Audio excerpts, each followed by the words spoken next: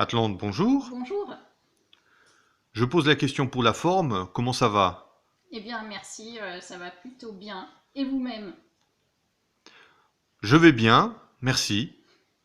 Tant mieux, je suis contente pour vous. Alors, une petite vidéo aujourd'hui sur cette formule un peu surannée, hein, pour le moins, qui est de poser la question aux gens de comment ils vont c'est-à-dire sur le plan de la santé. Alors, plus que jamais d'actualité en cette période, à la fois de pandémie et de confinement, puisqu'en fait, il y a les gens qui effectivement ont été touchés par le virus et dont certains sont dans des postures vraiment très inconfortables, hein, enfin, qui sont vraiment mal en point, donc on pense à eux. Et puis il y a aussi les gens qui souffrent du confinement, c'est-à-dire ils vont bien sur le plan sanitaire, mais ils souffrent psychologiquement, moralement du confinement. Donc oui, cette formule en France, comment ça va? Finalement, vous n'entendez plus trop de gens qui la posent et puis en fait, ils devraient la poser plus que jamais en ce moment. Et ma foi, ils ne le font toujours pas. C'est-à-dire, il y a des gens, ils vous envoient des trucs et puis ils se soucient même pas de savoir si vous allez bien. En fait, ils se soucient pas pour vous puisque ils peuvent considérer dans certains cas que comme vous êtes quelqu'un d'équilibré et de stable, en fait, il ne puisse rien vous arriver. Bon, donc c'est pas très sympa au final. Mais, mais c'est caractéristique de notre société en France actuelle, basée enfin, souffrant, je dirais même, d'un hyper-individualisme absolu.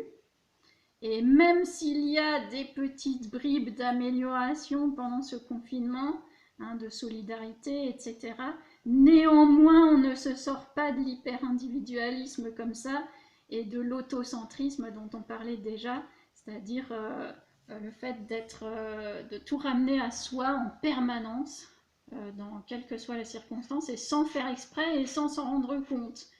Donc la fameuse formule comment ça va, qui peut avoir un sens important dans d'autres pays, ou en Chine, en Russie par exemple, on va dire comment vont les affaires, c'est-à-dire comment vous portez au niveau matériel, etc., pour vos familles, voilà.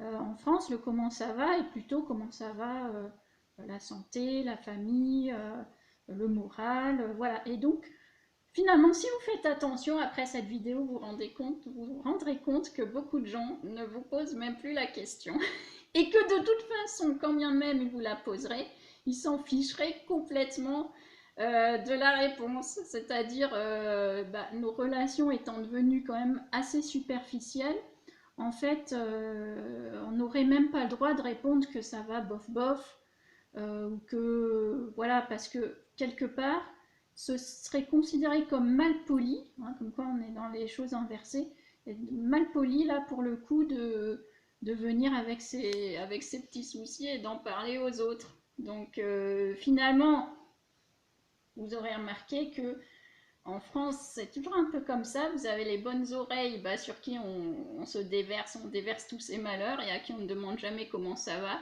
Et puis le reste, c'est assez finalement superficiel, quoi. Bon, voilà.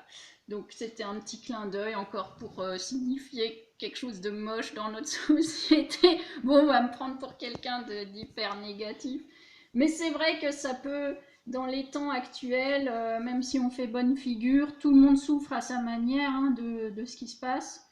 Moi, j'ai une formule consacrée, hein, les rares fois on me demande comment je réponds personnellement je vais bien, mais à titre collectif, ça va pas très bien. Ça va mal plutôt, et donc c'est ma formule. Et donc un petit peu pour dire que ce serait bien que finalement les gens se soucient un peu plus de leurs proches, hein, on dit les proches, hein, les amis, la famille, que de je ne sais qui finalement n'a pas trop d'importance au final dans leur vie. Enfin, on voit que c'est dans les difficultés, hein, qu'on remarque en fait ce qui est présent, ça c'est toujours valable. Et finalement, bon, comme je disais dans la vidéo précédente, ça permet aussi de faire le tri et aussi peut-être de prendre du recul et ça aide peut-être à accélérer des décisions qui devaient être prises de toute façon.